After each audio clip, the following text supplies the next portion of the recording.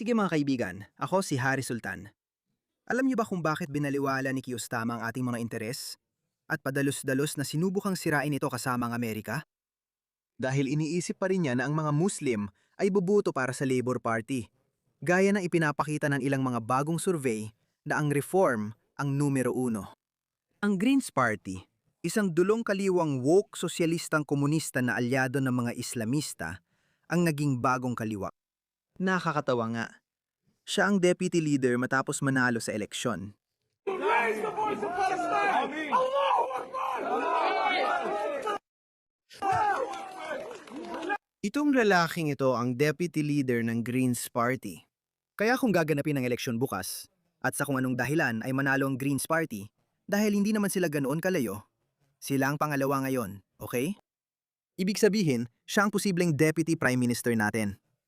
Gusto mo bang malaman kung sino siya? Kaya ang UK, na matagal nang ipinagmamalaki ang pagiging liberal at secular na demokrasya, at isang espesyal na kaibigan ng Estados Unidos ng Amerika. Ang nag-iisang superpower sa mundo, ang tagapangalaga ng malayang mundo, ang leader ng malayang mundo. Makikipagdigma laban sa isa, sa pinakamapanil na rehimen sa Iran, sabi ni Kiyostama. Hindi ko papayagan na gamitin ninyo ang aming mga base dahil magiging ilegal na digmaan yon. Sige. Oh, Tamaan ang pagpapakitang tao kay Ostamo. Alam namin kung bakit di mo pinayagan ng US sa mga base. Sa tingin ko, napakabait pa nga ng presidente. Sabi niya, nadismaya ako. Pero kahit Islamic regime pa rin, inatake pa rin nila ang mga base ninyo. Si Kiyostama naman, wala kaming kinalaman dyan, kaya wag ninyo kaming bumbahin. Pero binomba pa rin nilang interes at base ng Britanya sa Cyprus. Grabe, parang ibang realidad na ang buhay natin dahil sa taong ito. Tingnan mo ito. Sumali ang taong ito sa isang rally sa London bilang suporta sa rehimeng Islamiko sa Iran. Sila ay Shia. Shia ay masugid na Sunni. Sa teolohiya, talagang kinamumuhian nila ang mga Shia. Pero pagdating sa pagpili sa pagitan ng kanluran at Islam, sino sa tingin mo ang palagi nilang pipiliin? Tingnan mo ang taong ito.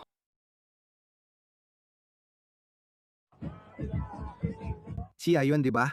Nagsasaya sila. May mga puti rin at may mga uto-uto. Tingnan mo ito.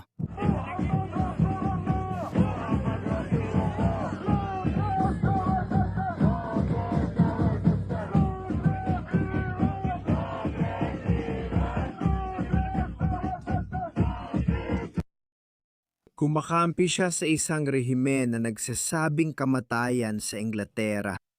Ang rehimeng yon na ayon sa MI5 ay nagtangkang magsagawa ng hindi bababa sa 43 na teroristang pag-atake sa lupa ng Britanya. Kumakampi siya sa kanila. Paano hindi yan pangtataksil? Paano? May makakapapagpaliwanag ba niyan sa akin?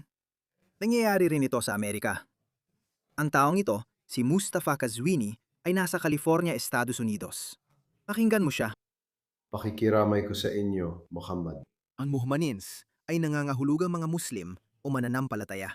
Ang mga mananampalataya, ang mga tagasunod ng katuruan ng propeta at ng kanyang pamilya. Ako ay mapapahayag sa buong mundo tungkol sa trahedyang naganap kagabi at ngayong araw laban sa mga inosenteng tao, mga sibilyan. Marami sa kanila ay mga bata. Nagsisinungaling siya. Talagang nagsisinungaling siya. Hindi ko na kayang ipakita ulit sa inyo ang mga video na yon. Punong-punong libu-libong morgue dahil iniutos ni Ayatollah Ali Khamenei. Patayin silang lahat. Wala akong pakialam kung ilan ang mapapatay ninyo. 10,000 tao ang napatay at hindi man lang siya nagsalita. Wala ni isa sa kanila ang nagsalita. Si Mutin Ali at lahat ng mga taong ito, wala ni isa sa kanila ang nagsalita. Kaya kapag binabanggit nila ang mga sibilyang namatay sa Gaza o Iran, sabihin mo lang, tumahimik ka, diretsuhin mo na, dahil alam naming wala kang malasakit sa kanila. Umiiyak siya dahil patay na ang tirano. Ang totoong trahedya ay patay na ang kanyang taga-suporta, ang kanyang ama, ang kanyang pinuno. Sa isang paaralan lang, 120 bata ang namatay. May mga ulat na nagsasabing nagkamali ng pagpapaputok ng sariling misil ang IRGC. Naalala mo ba yung ospital sa simula ng digmaan ng Israel at Gaza na sumabog sa isang parking lot?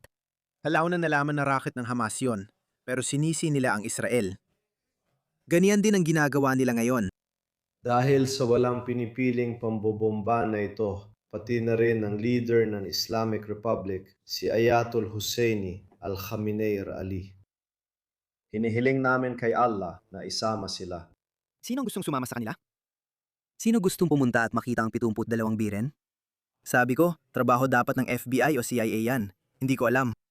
Kung sino man yon, desperado na ang panahon. Baka kailangan nating makipagdigma para malinis ang sarili mula sa mga peste. Siguro. At pagsamahin sila kasama ng mga martir ng mga propeta at mga sugo at ng pamilya ng propeta, inshallah. At mapalad ang mga taong lumisan sa buhay na ito na may martiryo. Kinokoronahan nila ang kanilang buhay at tagumpay ng martiryo na siyang binabanggit natin gabi-gabi. At ang dasal na ito na binibigkas natin, ang dua al-iftita na binibigkas natin gabi-gabi. Bahagi ng dasal, hinihiling natin kay Allah, sinasabi natin sa Kanya, Qatlan fi sabilika, fawaffiq lana. Pahintulutan mo kaming maging martir. Mayroon bang makakatupad ng kanyang hiling? Gusto niyang maging martir.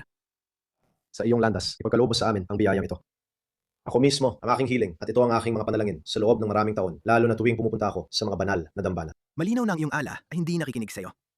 Gusto kong lisanin ang buhay na ito bilang isang martir, hindi yung mamamatay ako sa aking kama, sa bahay o sa ospital. Shahada, pagiging martir sa landas ni Allah subhanahu wa ta'ala at sa paraan na gusto niyang lisanin ko ang mundong ito. Nalilinlang talaga ang mga taong ito. Walang magagawa, kailangan nating tuparin ang kanilang mga hiling. Traidor ang mga ito. Nakapasok na sila. Kontra kanluran sila at galit sa sibilisasyong kanluranin. Ayaw nila sa mga pagpapahalagang kanluranin dahil may sarili silang mga pagpapahalaga. Sabi ko nga, baka maganda rin ang digmaan dahil maraming maskara ang mahuhulog. Ilhan Omar, Rashida Talib, Zoran Mamdani, malinaw na nasa kabilang panig ang mga ito. Kaya makikita mo ang mga demokratiko, okay? Kaya makikita mo ang CNN.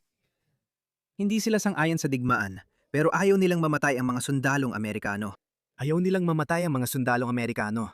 Oo, galit sila kay Trump, TDS, at sinisisi lahat sa kanya. Nakakita na ako ng mga talagang nakakaawang argumento mula sa kaliwa. Pero ayaw nilang bumagsak o matalo ang Amerika. Baka gusto ng ilang anarkista o dulong kaliwa, pero hindi ng matinong demokratiko. Gusto kasi ng mga taong ito na bumagsak at magkalas sa kalas ang hegemonya ng Amerika. At ako, bilang hindi Amerikano, bilang isang Australiano, masasabi kong gusto kong mapanatili ang hegemonya ng Amerika. Kailangan natin ng matatag na Estados Unidos ng Amerika na hindi natatakot na kalabitin ng gatilyo kapag may pagkakataon, tulad ng ginawa nila laban sa rehimeng Islamiko ng Iran. Ang rehimeng Islamiko ay kaaway ng kanluran sa loob ng 47 taon. Interes ng Amerika na alisin sila kapag may chance. Ngunit hindi ito naging sapat na dahilan para sa 6 o 7 naunang presidente na makipagdigmaan sa Iran. Hindi dahil may galit at nananakit sa'yo, sapat na agad yun na dahilan. Ngayon, may malakas ka ng kakampi tulad ng Israel. Mas maliit man ito kaysa Estados Unidos. Malakas pa rin ang epekto nito na ngayon lang natutuklasan ng rehimeng Islamiko. Ang hilagang Iran ay binabantayan ng jet ng Israel habang ang timog naman ay ng Amerika. Matinding kaaway na Israel ang rehimeng Islamiko at nais nitong burahin sa mapa ang ating kaalyado na ayaw nating mangyari. Ngayon, 2 dahilan ito, pero hindi pa rin sapat para pabagsakin ang rehimen. May ikatlong elemento rito. Marahil ang pinakamoral na argumento pabor sa digmaang ito ay ang mga tao ng Iran. Ilang beses mo nang nakita ang mga tao na nagdiriwang? May mga nagvi-video habang binobomba ang punong tanggapan ng rehimen at nagsasayawan pa. Nagdiriwang sila. Nakita mo na ba yon? Sa palagay ko, kahit nung ikalawang digmaang pandaigdig, kahit galit na ang mga tao sa Nazi, hindi pa rin sila nagdiwang sa pambubomba ng Dresden at Berlin. Pero dito, ang mga Iranian ay literal na nagdiriwang. Anong sinasabi nito tungkol sa katarungan ng digmaang ito? Naiintindihan ko. Ayaw natin ng digmaan. Ayaw natin ang mga namamatay na tao. Alam ko 4 na Amerikanong sundalo ang namatay. At sa kasama ang palad, baka may ilan pang mamatay.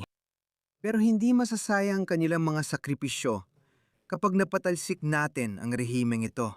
At kapalit nito, magkakaroon tayo ng isang kaibigang Iran. Isang Iran na kaibigan ng kanluran.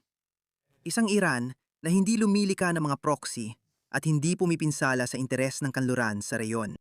Itong mga patetikong tao na bumabatikos kay Trump, sinasabi nilang hindi naman daw 1,000 Amerikano ang pinatay ng rehimeng ito. 300 lang daw. Oo, Kahit 300 tao lang yan, maghihintay ka pa bang maging 500 o 600? 1,000? 10,000?